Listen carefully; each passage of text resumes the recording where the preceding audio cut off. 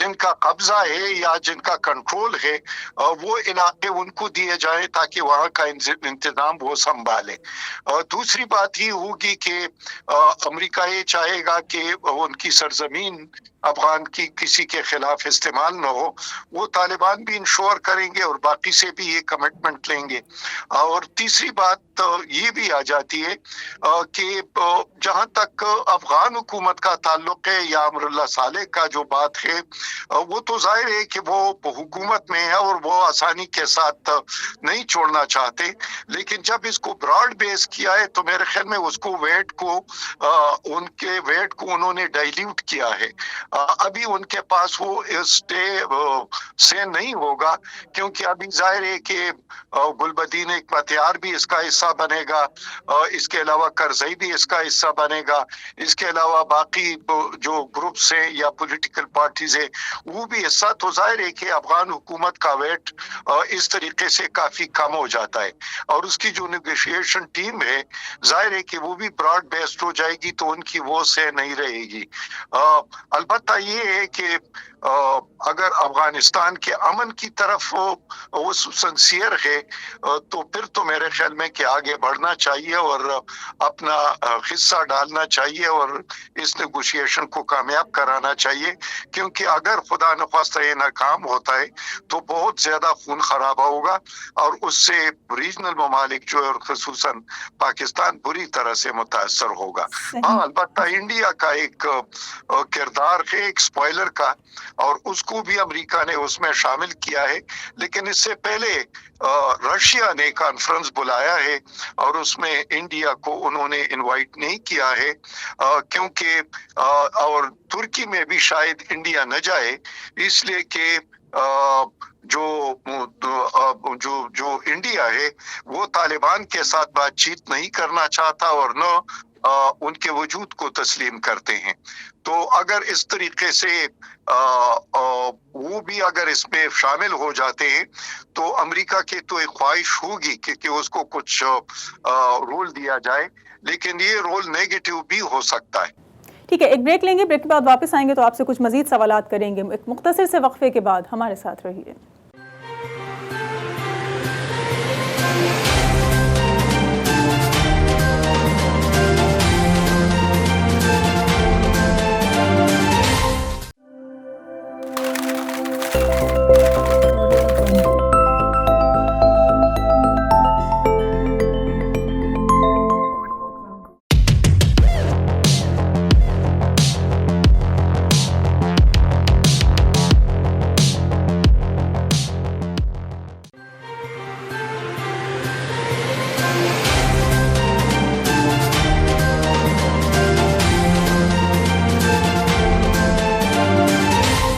Welcome back ناظرین, programme four site میں ایک بار پھر آپ کو خوش آمدید کہیں گے. سینئر تجزیہ کار بریگیڈیئر سید نذیر ہمارے ساتھ آج کے اس پروگرام میں موجود ہیں. ہم بات کر رہے ہیں افغانستان کی صورتحال کے حوالے سے. ایک امید قائم کی گئی تھی کہ شاید بائیڈن انتظامیہ وہ کر دکھائے گی جو ٹرمپ انتظامیہ نہ کر سکی, اور طویل ڈائیلاگز کے بعد امن قائم نہیں ہو سکا افغانستان میں. ایک پالیسی پیش کی گئی ہے, ایک خط لکھا گیا ہے امریکی انتظامیہ کی جانب سے افغانستان میں, اور یہ کہا گیا ہے کہ اگر اس پر عمل درآمد یقینی بنا دیا گیا تو شاید سیکیورٹی کے جو حالات ہیں وہ بہتر ہو جائیں. جو اس وقت جنگ کی کیفیت اب بھی جاری ہے یا جو ناخوشگوار واقعات رونما ہو رہے ہیں اس میں کمی آ سکے اگر اس پالیسی پر عمل درآمد کیا جاتا ہے. ورنہ یہ بھی کہا گیا ہے کہ اگر ایسا نہیں کیا گیا تو افغان سرزمین پر مزید جنگ کی سی کیفیت کا جو سامنا کرنا ہوگا اس کا ذمہ دار صرف اور صرف افغان حکومت ہوگی. اسی پر کچھ ہم بات کر رہے ہیں. بریگیڈیئر سید نذیر ہمارے ساتھ موجود ہیں. بریگیڈیئر صاحب, یہ مجھے بتائیے کہ کیا افغانستان میں ایسی نگراں حکومت کا قیام ممکن ہے کہ جس میں طالبان بھی شراکت اقتدار ہوں اور ان کے پاس اقتدار ہو باقاعدہ طور پر؟ اگر یہ دونوں فریقین یعنی افغان حکومت اور طالبان اس بات کو قبول کر بھی لیتے ہیں تو کیا افغان سرزمین سے ملحقہ جو ممالک ہیں یا جو ہمسایہ ممالک ہیں وہ کتنا راضی ہوں گے اس بات کے اوپر, چاہے اس میں بھارت ہو, چاہے اس میں چائنا ہو, ایران, رشیا, پاکستان, وہ کتنی آمادگی ظاہر کرتے نظر آتے ہیں اس پر؟ جہاں تک طالبان کا تعلق ہے تو ظاہر ہے وہ پہلے بھی رشیا میں کئی کانفرنسز میں گئے ہیں جو انہوں نے ہوسٹ کیے ہیں. اس کے علاوہ چائنا میں بھی اور اورمچی میں بھی بات چیت ہوئی تھی. اس کے علاوہ ایران کے ساتھ بھی ان کے ڈپلومیٹک بہت اچھے تعلقات ہیں، پاکستان کے ساتھ تو ہے ہی، تو اور ترکی کے ساتھ بھی. تو میں یہ سمجھتا ہوں کہ یہ سارے چاہتے ہیں کہ جو گراؤنڈ ریئلٹی ہے اس کے مطابق طالبان ایک فورس ٹو ریکن ود. اور ابھی طالبان بھی بہت کچھ سیکھا ہے جہاں تک وومن رائٹس کا تعلق ہے، جہاں تک باقی مائنارٹیز کی بات ہے. تو اب ان کا اپروچ بھی، اور ابھی اس بات چیت میں بھی کافی لیڈیز ہے جو پارٹیسپیٹ کر رہے ہیں، ان کے ساتھ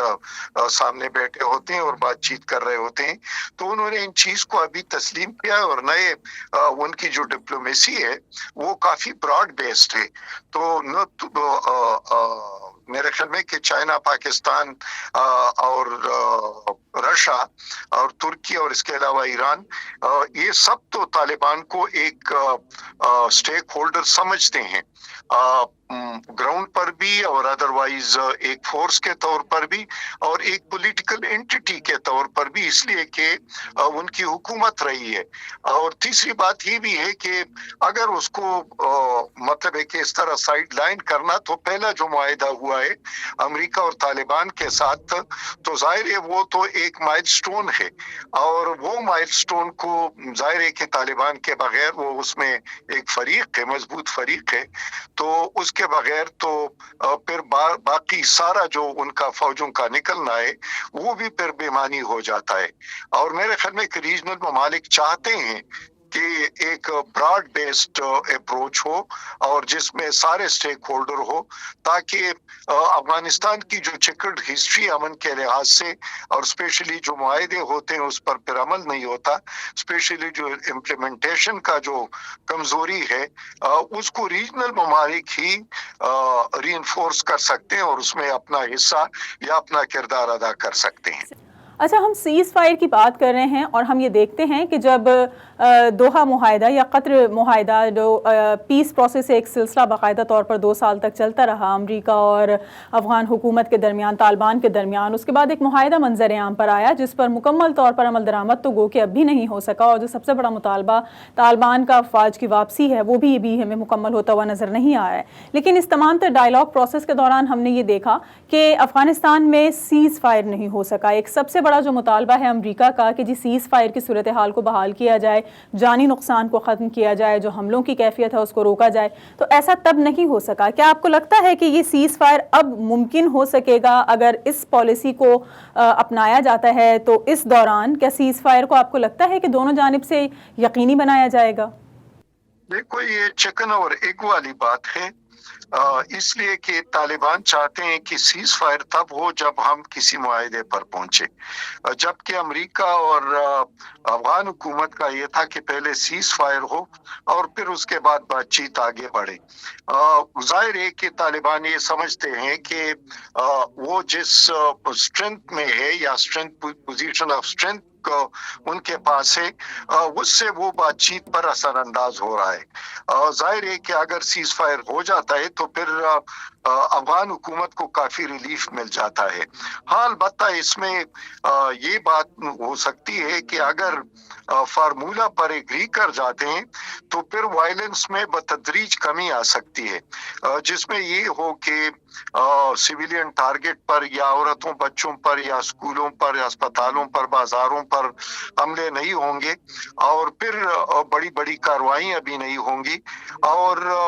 میرے خیال میں کہ اس طرح بتدریج وائلنس کا ایک طریقہ کار، ایک میکینزم تیار کیا جا سکتا ہے، کیونکہ ظاہر ہے کہ یہ صرف بڑا مختلف جہتی فارمولہ ہے. اور ایک اور چیز اس میں بھی سامنے آئی ہے اسپیشلی امریکہ کی، کہ پہلے تھوڑا سا یونیلیٹرلزم تھا اور ابھی